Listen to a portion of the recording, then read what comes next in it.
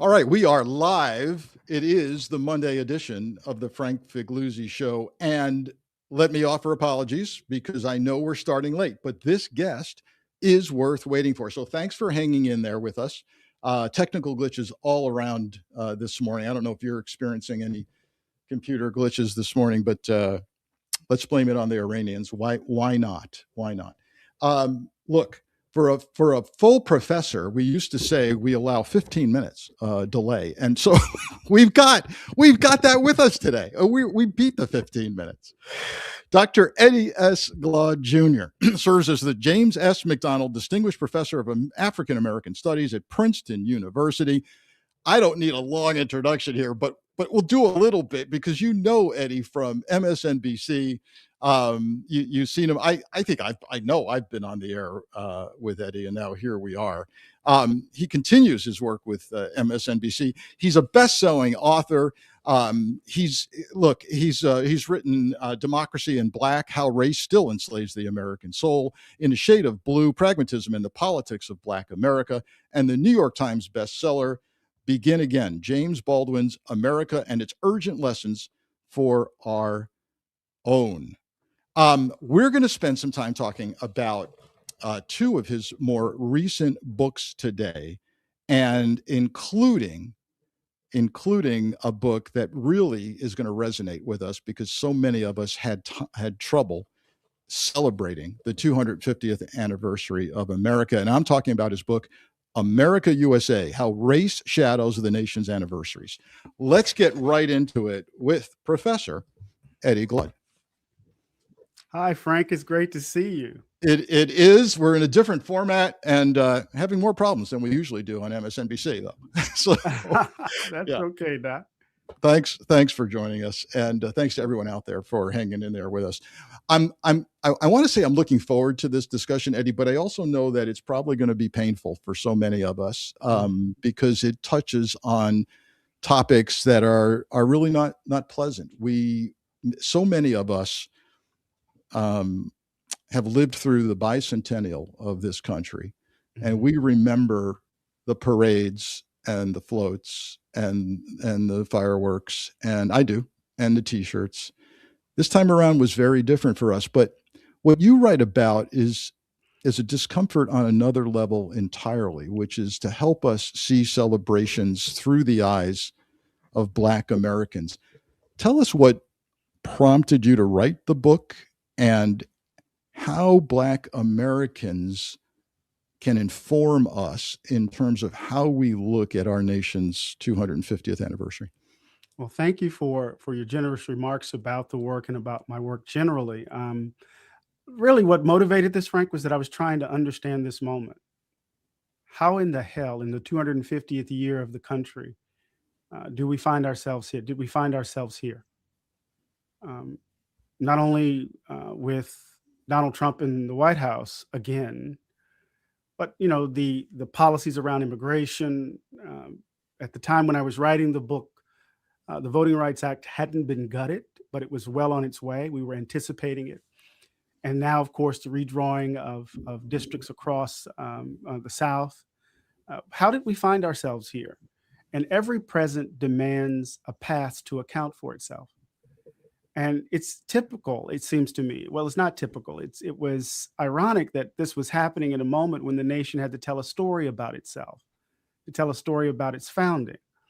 And what I decided to do, instead of writing a 250-year history of the country, I'm not Jill Lepore. I said, well, let me look at these anniversaries, these milestone anniversaries.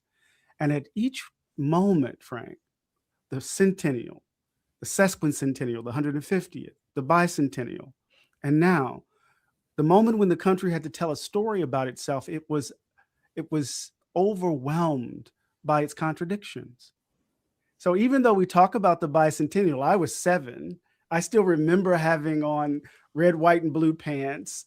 But the bicentennial carried the burden of a nation fractured, splintered in so many ways. Watergate, Saigon, Black Power, the women's movement, the students' movement.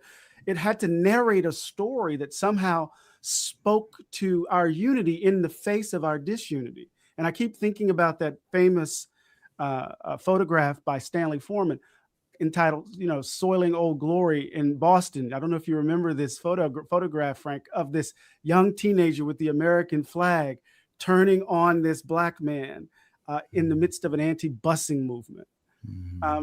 So the contradictions are always in view. And so what I wanted to do was to not exceptionalize 2026, but to historicize it, to show that we're repeating something here, and that we're going to have to confront something deep inside of the soul of the nation if we're going to get to the other side of this.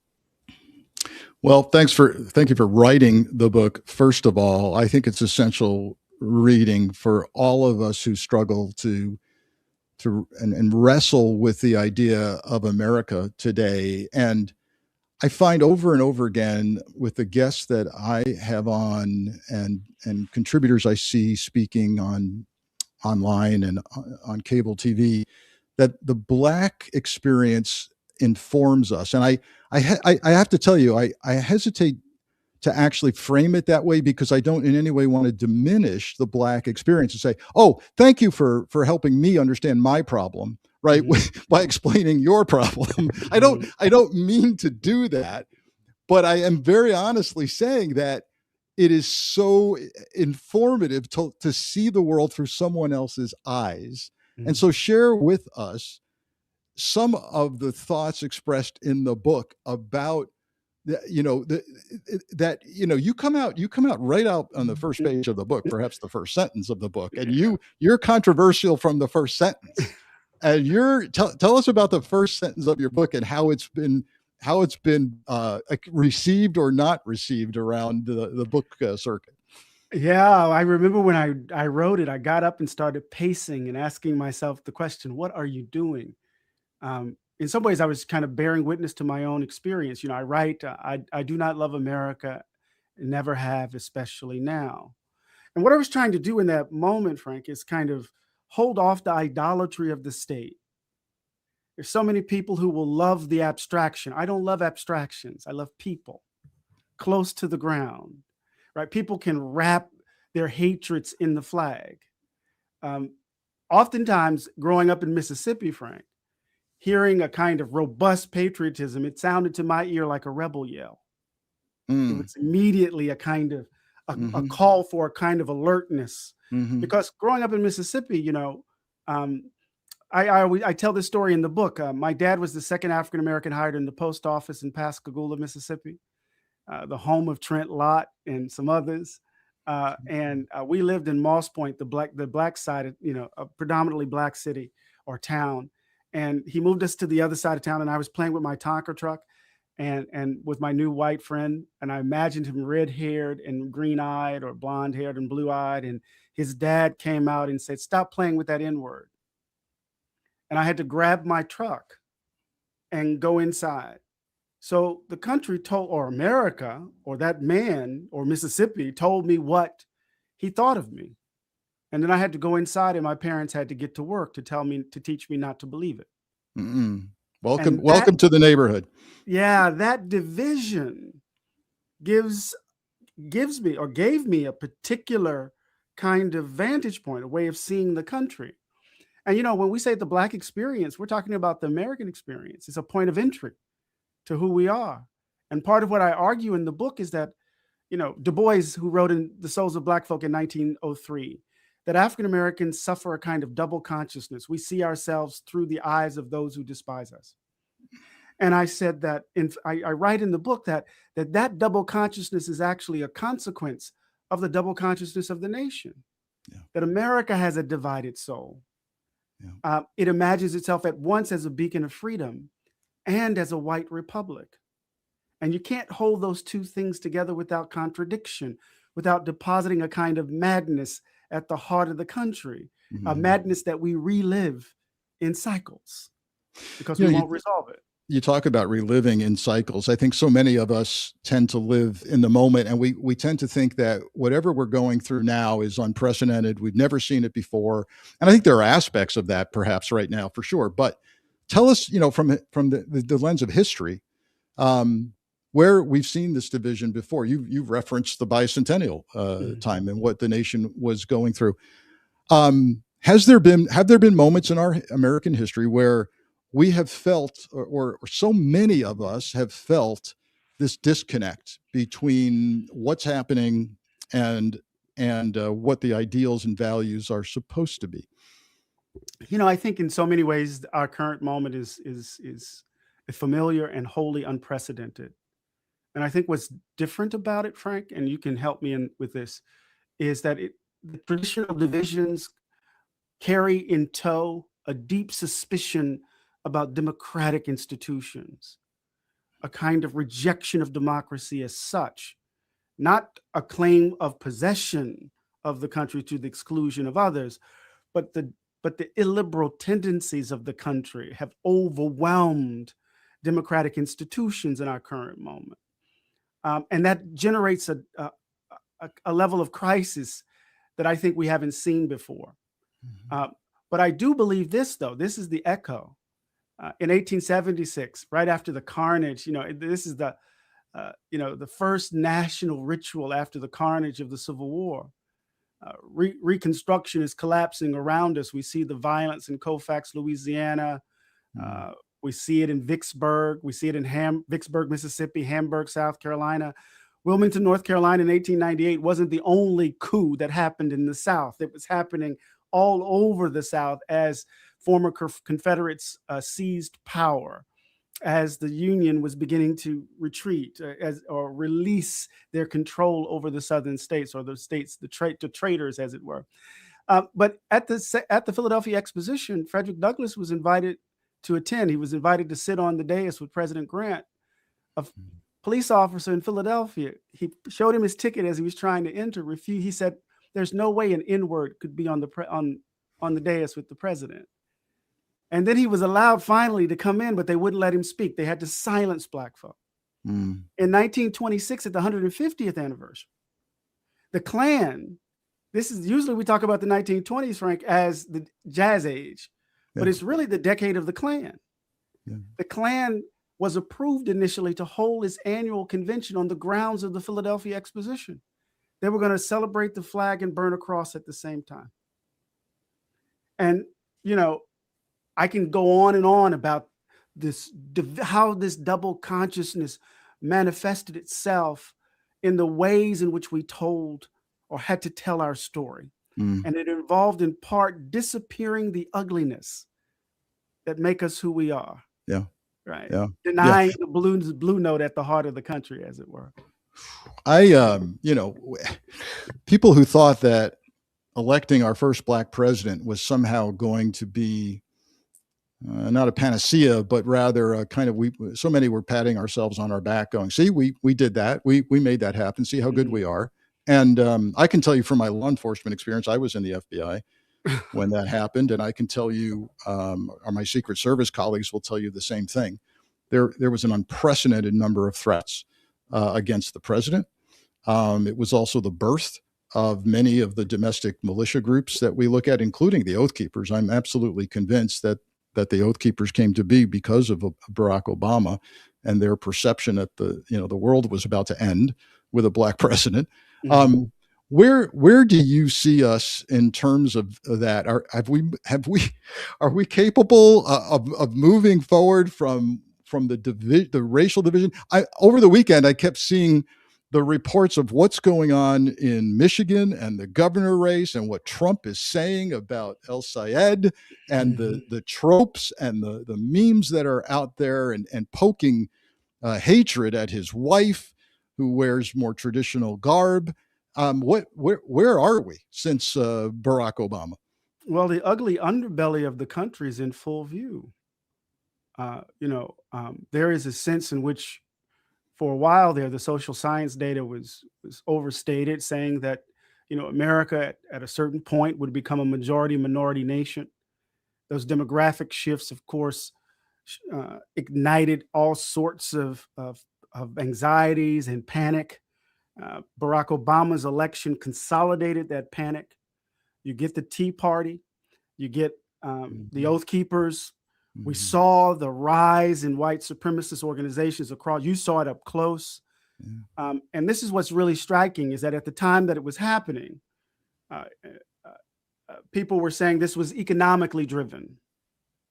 that this was Yeah. a sense that folk were feeling a sense of being left out. They weren't tracking, at least in the public discourse, how deeply racialized, how deeply racist some of this stuff was. And you can see it happening in our current moment, Frank, because the way in which people are responding, say, for example, to DSA, Democratic Socialists of America, and what they're doing is likening it to the Tea Party. Yeah. The Democrats are experiencing their Tea Party moment. But Mm. when they make that move, they only read it in terms of economic alienation. They don't see or read the grievance, the hatreds that really animated the morphing of the Tea Party into MAGA. So they disappear that part and only talk about, right, how these radical fringes are driven by populism, as opposed to the populism of the right being driven by hatreds and the like, and the populism of the left being whatever it is, right? Mhm, So it's mhm. part of this disremembering, right, that allows for this stuff to continue to percolate and overdetermine our politics because we won't tell ourselves the truth. Yeah. Oh, We you're spot. refuse- You're Go ahead, spot Doc. on. Yeah, how this is being framed is really, and I am not. I'm a national security guy. I'm My not a God, I know. political analyst, but I see this as kind of a misshapen framing of what's going on with the DSA. I agree, and also, since I kind of like to blame Trump on a lot of things. I think that the surging of the DSA is, at least in part, corporate. Let's face it, corporate media wants ratings, and they seem to be loving the idea of establishing some fight within the Democratic Party, and that may be valid. But what I've not heard anyone say at any length anyway is, hey, how about the DSA as a reaction and response, and being fed up with what Trump has brought us, which is a complete deafness and blindness to the plight of so many people, that the other extreme has popped out as well. So they keep pitting Democrat against. You're missing part of this, which is Trump got us here, I think, in part. No, Frank, I think you're absolutely right. I think there's a toxic combination of greed, selfishness, and hatred that is souring the belly of the nation. That ugliness, right, shadows our current days, and it's really difficult for the country to tell itself the truth about it, because we're, the ghosts have us by the nape of the neck, right? And because we're not honest about our past, we refuse to grow up as a nation. We're stuck in a kind of perpetual adolescence, in my view, because we don't want to be responsible for who we are and what we have done and what we are continuing to do. That we will tell ourselves lies. I mean, think about it. So the way in which we're talking, we got a historical parallel. When we look at the rise of fascism, right, and of course the Bolshevik Revolution, one's earlier than the other, but the Bolshevik Revolution and the way in Stalinism takes over, right? Yeah. Arthur Schlesinger writes a book entitled The Vital Sinner. And what he's trying to do in that moment is put forward a robust version of liberalism that could hold off fascism on the one hand and hold off communism on the other. So we get the first wave of the Red Scare, then we get the second wave of the Red Scare. And we know that second wave of the Red Scare happens at the same time that you get the second Reconstruction, the explosion of this effort to deal with the contradiction in the country. Yeah. So we're the ghost of the past are haunting us. Yeah, no, we're in the Red Scare. We're in the Red Scare right now. There's a commie around every corner. Every corner. At the very moment in which there are those forces. Yeah. Right? Because we're in the midst of crony capitalism. Right. Whatever you could believe in markets, but you don't have to believe in crony capitalism. To critique crony capitalism is not to deny the power of markets. We need to make that distinction. And then you got crony capitalism, and then you have this assault on the two pieces of legislation that fundamentally changed the country. One is the Immigration Act of 1965, the Hart-Celler Immigration Act, and the other is the Voting Rights Act of 1965. There is a concerted effort on the part of what I take to be, and you can correct me if I'm wrong, you're the national security guy.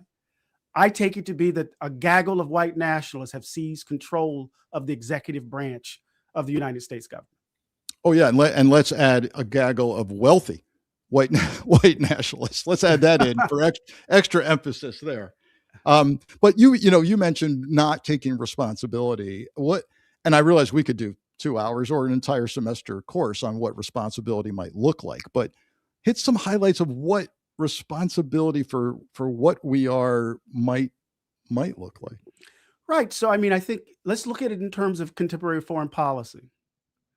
Right. There's a way in which you can think about the history of U.S. relations with Iran and how we might tell ourselves a story about our role in domestic politics in Iran, the emergence of the Shah, what that means. There's one thing. Let's tell the story about our relationship to Cuba, right?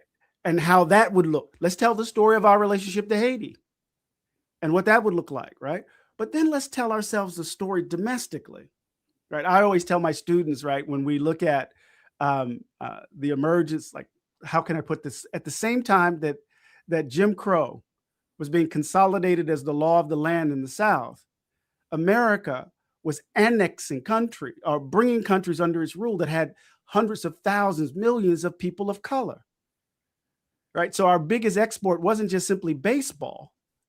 It was also the ideology of white supremacy that was being used to organize the South in so many ways. Right. So what does it mean to tell that story? Not to say that the country is fated to be evil or insidious, that we condemn ourselves to the gallows because of our past.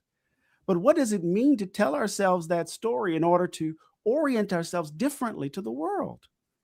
Yeah. It seems to me. And so those are just a couple of examples at the level of foreign policy and in the domestic domain. I can get even more specific, but you see what I'm trying to say? I get it. But it's funny because it's not funny, but inevitably, based on my past experience with the show, I'll post clips of us talking.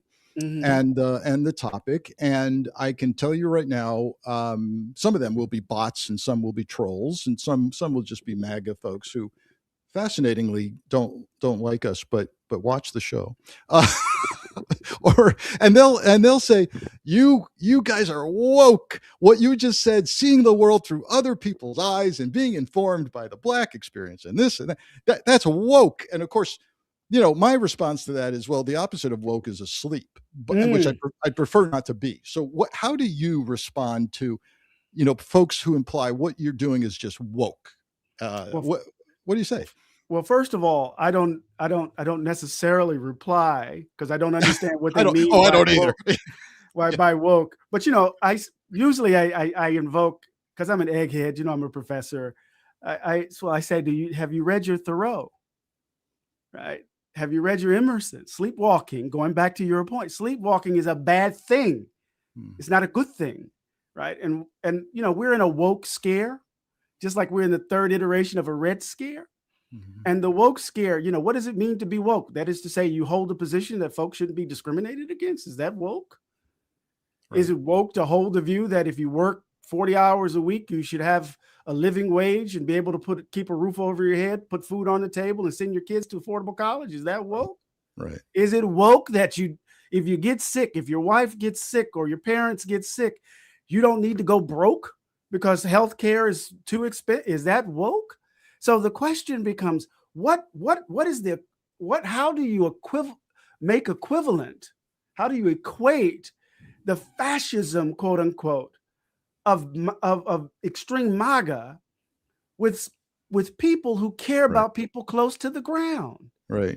What you do is what you just did is you bring this from an academic or esoteric discussion to a very pragmatic, boots on the ground. Here's where it touches you, discussion where they really would have trouble refuting that. And it's a shared reality when you start talking about healthcare and jobs and economics. And I find some amusement. There was a guy maybe over the weekend who made the rounds on Instagram, a clip of this older gentleman, maybe in his 70s, who had a much younger Venezuelan girlfriend, maybe even fiance.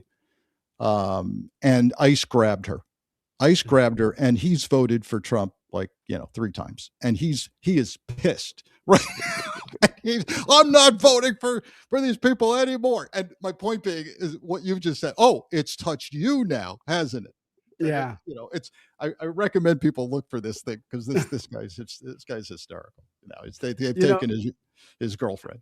Remember, I said there were 3 things: selfishness, greed, and hatreds. Those 3 things, right, are poisoning the polity. And selfishness, right, evidences itself in this moment. It doesn't matter that it is immoral, generally. It doesn't matter until it touches my world. Yep. As long as they are suffering, I'm okay. And that, to me, gives evidence, Frank, that we're not the kind of virtuous people that James Madison said are required for democracies to function. Wow. So this is a great segue into another recent book of yours, which is We Are the Leaders We Have Been Looking For. And earlier you mentioned kind of this idolatry of, there it is up on the screen. Also recommended reading, this kind of idolatry of our government, our institutions. And I have to kind of confess, I might be guilty of that. I spent 25 years in an institution that I loved. And I'm also seeing that we are frozen, at least on my screen. So hopefully folks can hear us. But and maybe Sean can tell me if everything is frozen. So early in my career on MSNBC, people would stop me in the supermarket and say, "This is now 8 years ago. Frank, when's the FBI going to swoop in and save us?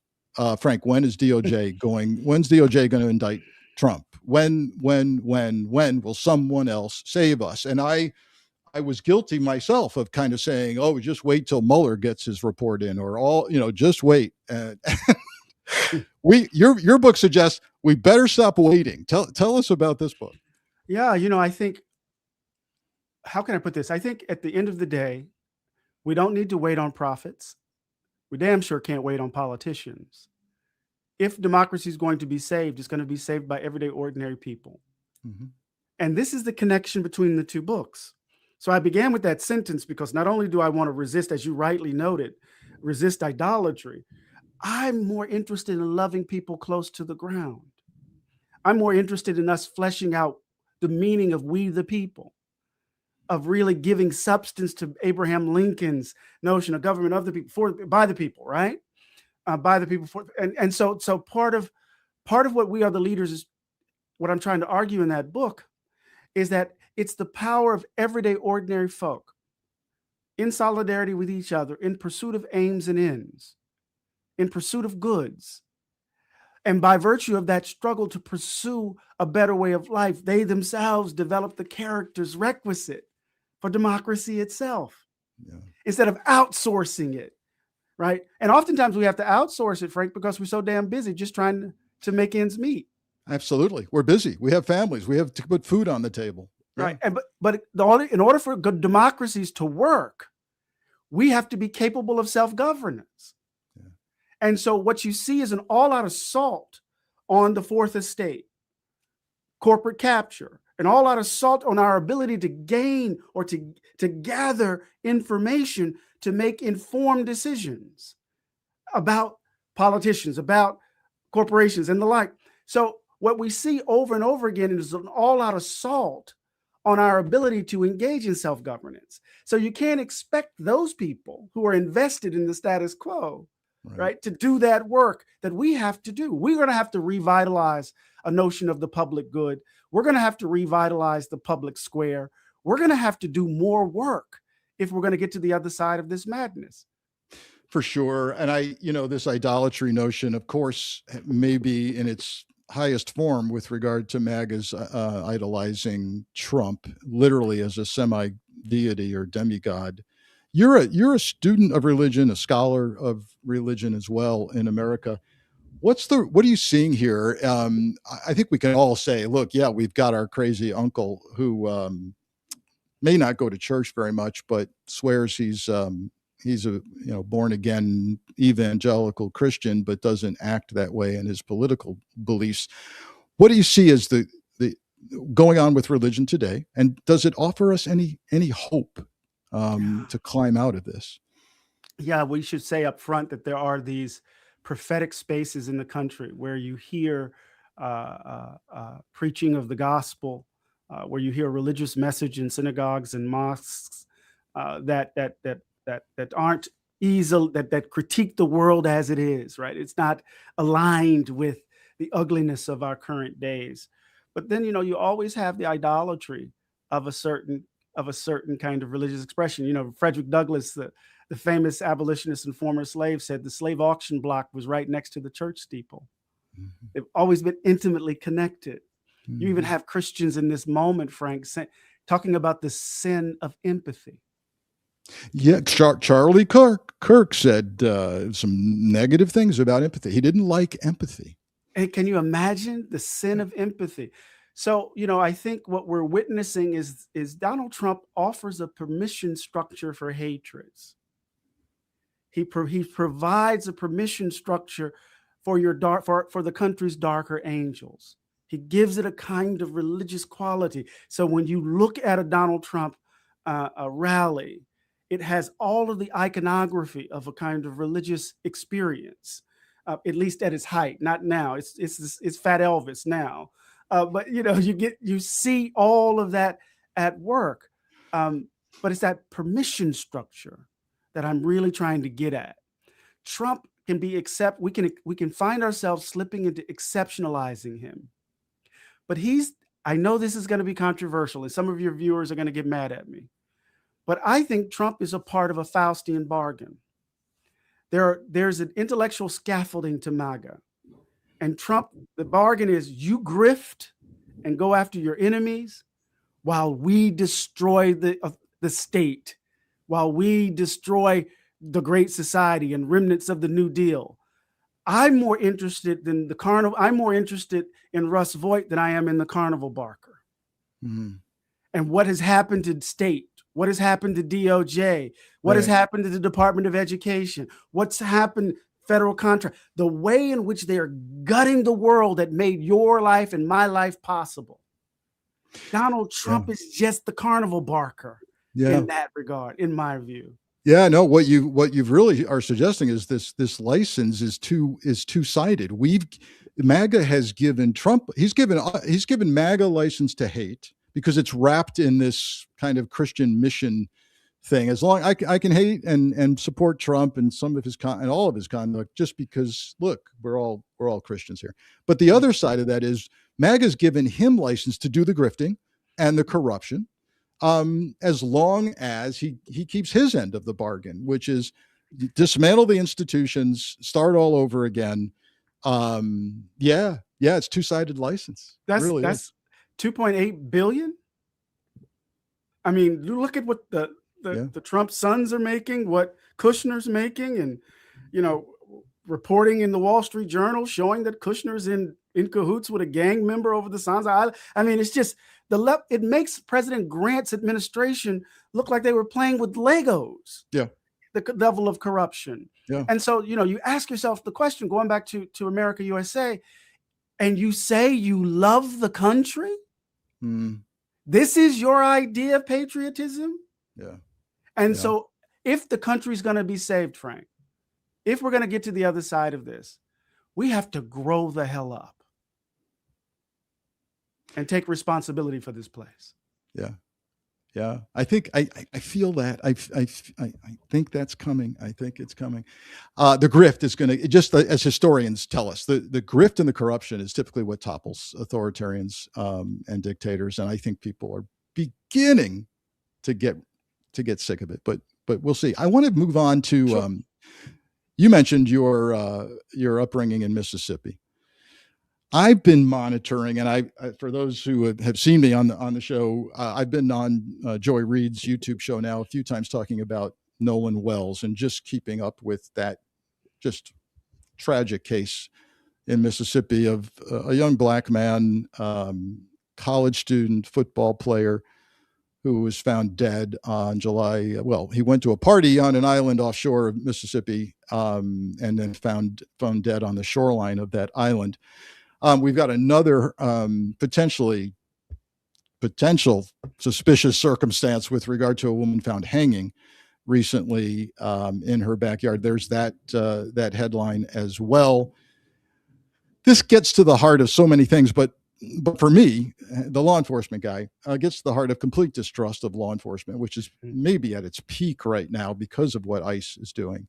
But this distrust of law enforcement has existed way before now, particularly in the Deep South. Talk about how you look at these cases and what justice means or doesn't mean anymore in the Deep South. Yeah, I think, thank you for asking that question. I think, the Nolan Wells case bears the burden of our current state of the country. You can't separate it from the assault on voting rights. You can't separate it from what comes out of the mouth of Stephen Miller. You can't separate it from what Donald Trump's rhetoric sanctions. And so when the sheriff, because I'm from that county, I'm from Jackson County. I grew up 20 minutes, 30 minutes from Ocean Springs. We used to play in Little League Baseball. I have family who live in Ocean Springs. And so when you have the county sheriff saying, well, almost immediately, and I don't want to get into conspiracy, the evidence has to play itself out, the investigation has to play itself out. But when it's immediately reported that this was an accidental drowning, and then you can't say that and then hide behind process. And the only reason why you're hiding behind process is because the parents refuse to accept the initial judgment. And so the initial judgment, unleashes all of this conspiracy theory. It's a self-inflicted wound. It doesn't make any sense. Yeah, if law enforcement leaders want to say, well, we've got a population who doesn't trust us. Well, it's you just said that there's no need for an investigation at the very beginning of it all. And so it took the mother and the father to continue to press the issue in order for there to be a serious investigation. And again, we have to let the evidence, let the investigation run its course. And the evidence will reveal what it will reveal. And then you combine it with all of these mysterious lynchings. I don't know.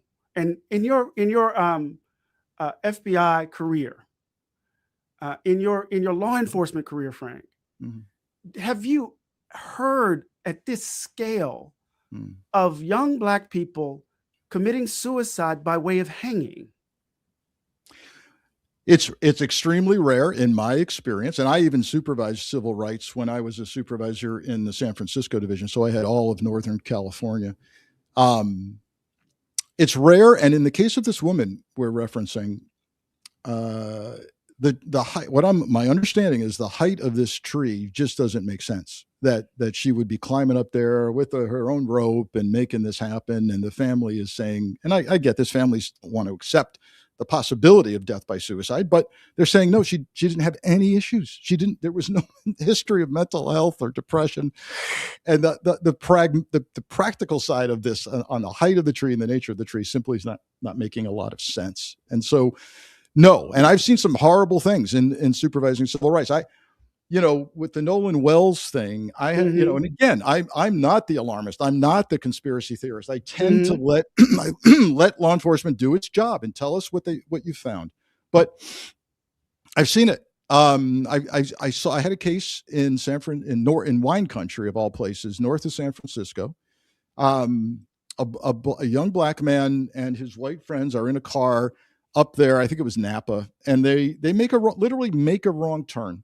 And they find themselves in the midst of a large block party where people are celebrating the departure tomorrow of a young white man who's joined the military, and he's leaving for the military the next day.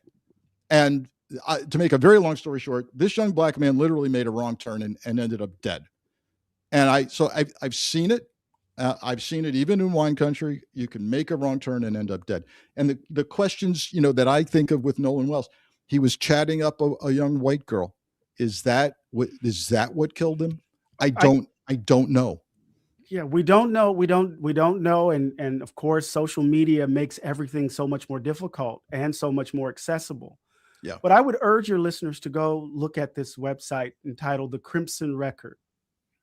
And the Crimson record, I don't know. I don't know the statistics. I don't know how we might think about its, the way in which it's gathering its data. But what we see is a chart, a graphic of lynchings across the South since 2020.